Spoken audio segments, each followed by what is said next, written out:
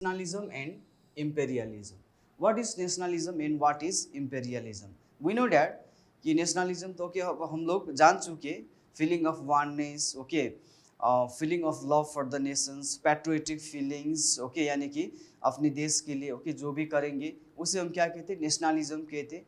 लेकिन nationalism and okay imperialism, अब यहाँ पर ओके पहले तो ओके रियल आइडेंटिटी यानी कि ओके रियल जो मीनिंग था नेशनलिज्म्स का वो थोड़ा क्या हो जाते अब चेंज हो जाते, जैसे no more idealistic okay liberal democratic sentiment from last quarter of 19th century, यानी कि ये जो last quarter of 19th century है ओके वहाँ से डेमोक्रेसी में ओके डेमोक्रेसी और उसके साथ साथ और नेशनलिज्म्स का थोड़ा ओके डेफिनेशंस क्या हो जाते चेंज हो जाते.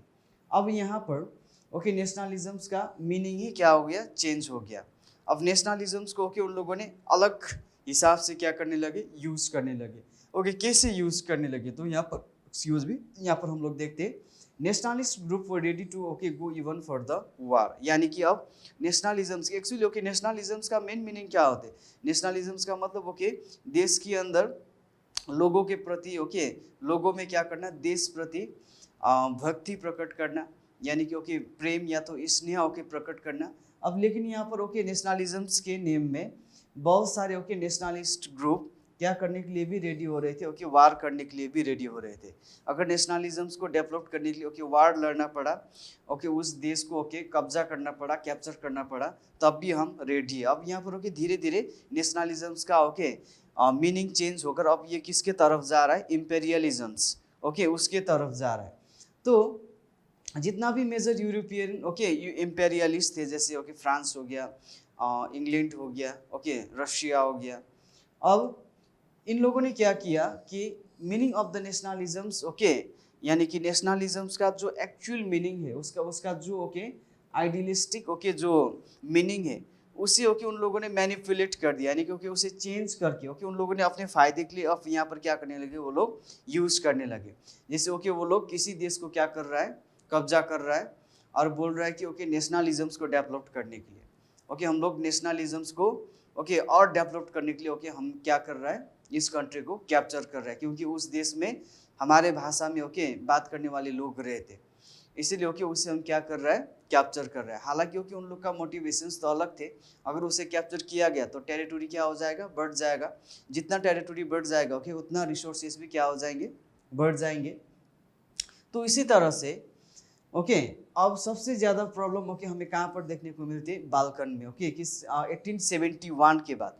1871 के बाद बाल्कन ओके ऐसा रीजन्स था जो बाल्कन के अंदर ओके रोमानिया, आज के present day Romania, Bulgaria, Albania, Greece, Macedonia, Croatia, Bosnia Herzegovina, Slovenia, Serbia okay and Montenegro, ये सब बाल्कन रीजन में ओटोमन एम्पायर के कंट्रोल में थे.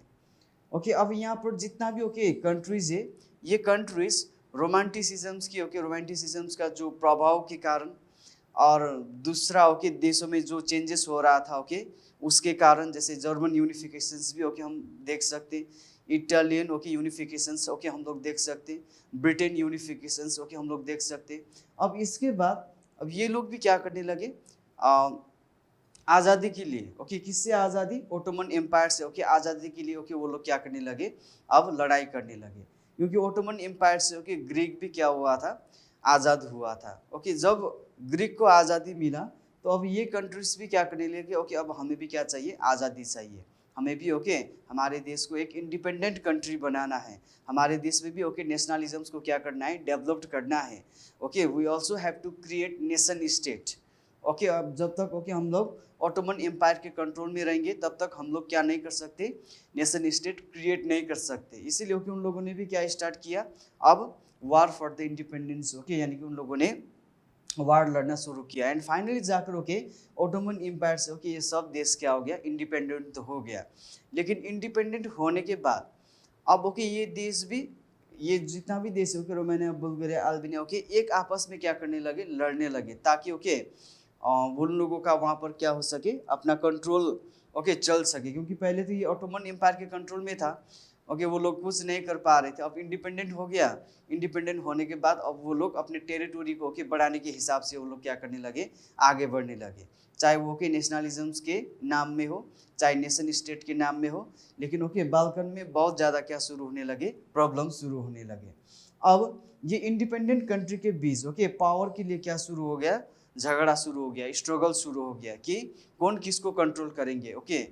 कौन कंट्री, कौन सा कंट्री पावरफुल है, किस वीक कंट्री को क्या करना है, कंट्रोल करना है। इस तरह से जब वो लोग क्या करने लगे, लड़ाई करने लगे एक आपस में पावर के लिए, तो इसमें अब Russia, England, Germany and Austro Hungary, ये भी अब उसमें क्या हो गए, इन्वॉल्व हो गए, क्योंकि ये तो बिग पावर हो गया। इन लोगों को क्या चाहिए था, कॉलोनी चाहिए था। ये लोग तो इम्पेरियलिज्म चाहते थे, ये तो वीक कंट्री को अपना बनाना चाहते थे। अगर अपना बनाएंगे तो फिर वहाँ से बहुत सारे रिसोर्सेस मिल जाएंगे। तो इसीलिए जब Russia, England, Germany, Austro Hungary ये बाल्कन प्रॉब्लम में ये भी इन्वॉल्व हो गए, तो उसी के कारण 1914 में क्या भी हो गया, वर्ल्ड वॉर भी हो गया। जैसे हम लोग वर्ल्ड वॉर में क्या देखते हैं, जैसे यहाँ पर देखिए, ये हो गया हमारा बाल्कन रीजन। इसके अंदर बहुत सारे कंट्रीज है, सपोज मान लीजिए। तो अब ये सब इंडिपेंडेंट होने के बाद ये एक आपस में क्या करने लगे, लड़ाई करने लगे।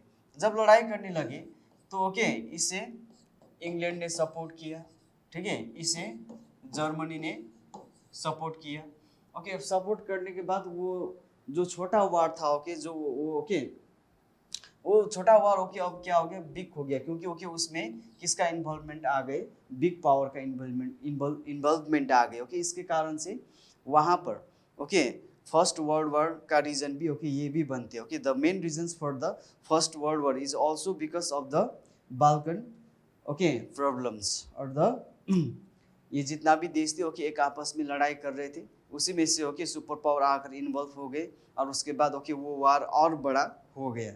सो नेशनलिज्म एंड इम्पेरियलिज्म, यहाँ पर क्या देखते हैं हम लोग कि नेशनलिज्म किसके लिए शुरुआत हुआ था, लेकिन नेशनलिज्म्स के कारण वहाँ पर क्या भी शुरू हो गए, इम्पेरियलिज्म भी शुरू हो गए। शुरू में तो ठीक ठाक था, लेकिन बाद में जाकर नेशनलिज्म्स का जो डेफिनेशंस था वही क्या हो गया, टोटली चेंज हो गया। अब नेशनलिज्म का मतलब किसी भी हालत में दूसरा कंट्री को कैप्चर करके भी हमें क्या करना है, नेशनलिज्म्स को डेवलप करना है। अब ये होने के बाद तो वहाँ पर क्या स्टार्ट हो गए, इम्पेरियलिज्म स्टार्ट हो गए। सो इसी में से सबसे ज़्यादा टेंशन तो कहाँ पर हुआ था, बाल्कन टेंशन, यानी कि बाल्कन प्रॉब्लम कब, 1871 के बाद, क्योंकि वहाँ पर ओटोमन एम्पायर के कंट्रोल में जितना भी कंट्री था वो सब इंडिपेंडेंट कंट्री हो गए। अब इंडिपेंडेंट कंट्री मतलब वो इंडिपेंडेंट तो हो गया, लेकिन वो उतना पावरफुल नहीं था। यानी कि अब वो किसको फायदा हो गया, जो भी बिग पावर है, जैसे Russia, England, Germany, Austro Hungary, इन्हें अब उसे कंट्रोल करना बहुत ही क्या हो जाएंगे, कैप्चर करना आसान हो जाएंगे।